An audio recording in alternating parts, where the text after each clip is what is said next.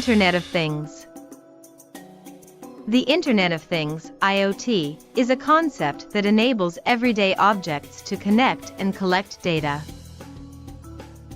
IoT is the network of physical objects and their virtual representations in an Internet-like structure.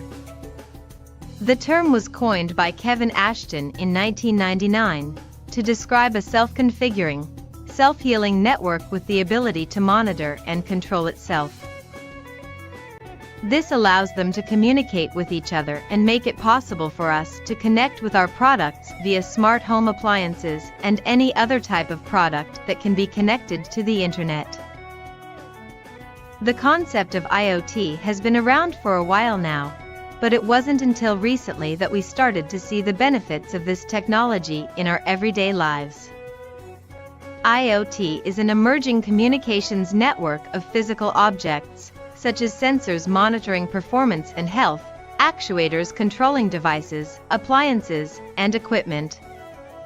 It refers to the Internet's ability to connect everyday objects and sensors together, enabling them to send data about their activities and conditions. It is a novel concept in which various objects are connected to each other and form a network to provide useful data and services.